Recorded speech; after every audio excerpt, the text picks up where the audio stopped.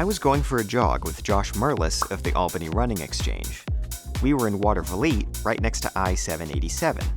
787 runs through a densely populated area of the capital region, and due to its proximity to the Hudson River, it also runs by a lot of places where people like to get fresh air and exercise. But with all of this traffic, is the air really that fresh? What is it that you think we're breathing in right now from all the cars? Well, whatever's coming out of their exhaust pipes, which is not something I really want to be breathing. After our run, during which no cameramen were injured, I kept thinking about air quality. I myself live close to the highway, and I wonder what that means for me and my neighbors. So I know that those cars were emitting something that's, not good for our health or for the environment, but I'm not sure what. So I'm gonna have to figure that out. So with these thoughts in mind, I decided to head over to UAlbany's eTech building, where I met up with Dr. Sarah Lance, a researcher at the Atmospheric Science Research Center. We had a quick talk about breakfast. Are you a ketchup with eggs person or Ew. a hot sauce? No. Okay. And then got down to business. If I'm standing next to a highway, what are some of the things that I'm likely breathing in that situation? Next to a highway, you're gonna get definitely particulate matter. Aerosols is another word for it.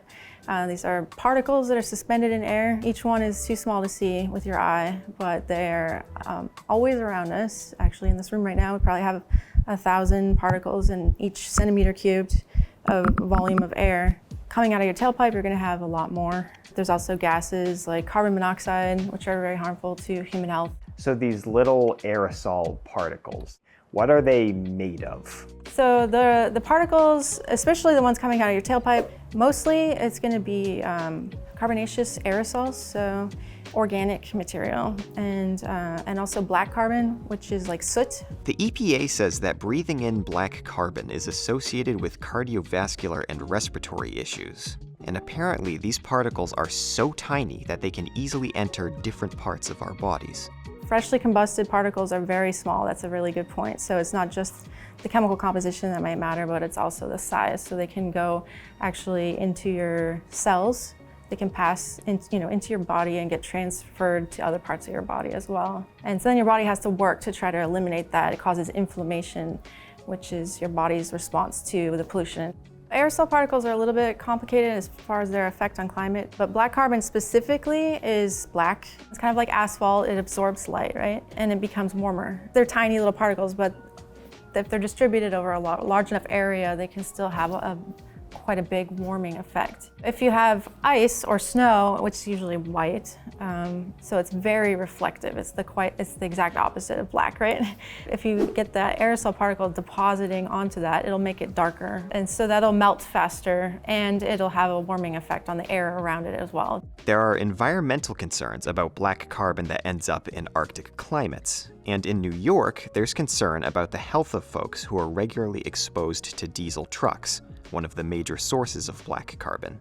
Once I had a better understanding of aerosol pollution, I decided to focus my attention on what actions New York could be taking to address it. And that's when I learned about the Community Air Monitoring Initiative, a DEC study looking at air pollution in 10 different locations across the state. I'm about to head over to the DEC building to discuss this initiative with Margaret Lafar, who is the Assistant Director of the Division of Air Resources.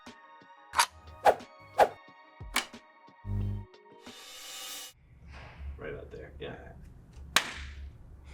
So the Community Air Monitoring Initiative was one of the requirements of the Climate Act. It directed us to look at air quality in 4 disadvantaged communities. The governor increased that to 10, and we contracted with a company called Aclima. Aclima has sensors installed in the back of Toyota Priuses. They drive around communities and gather data continuously. The purpose of this data collection was to identify sources of pollution and then recommend strategies to reduce emissions or at least reduce exposure. One of the main findings is that air pollution is highest near roadways.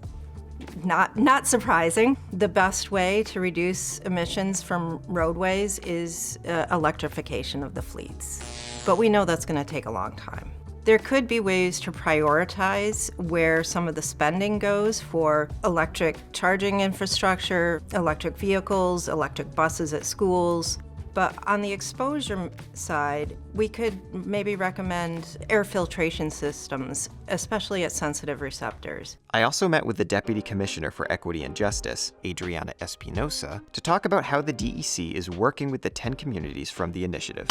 Moving forward now from study to mitigation phase in this program, how we'll work with the communities is to empower them to develop community priorities based on what the data has shown. For example, if we say, hey, it seems like pollution in this area is a little bit high, what if we change the truck routes so that we can move some diesel trucks off of this area? And a community-driven solution might be to let us know, hey, actually this proposed truck route goes through an area where we have daycares and schools. We would prefer not to have this. How about instead we consider vegetative solutions, and we try to put in some bushes and trees and different things that can create physical barriers and green barriers between the pollution and the community. It's not just New York State and DEC setting the menu. The menu is driven by, again, people on the ground.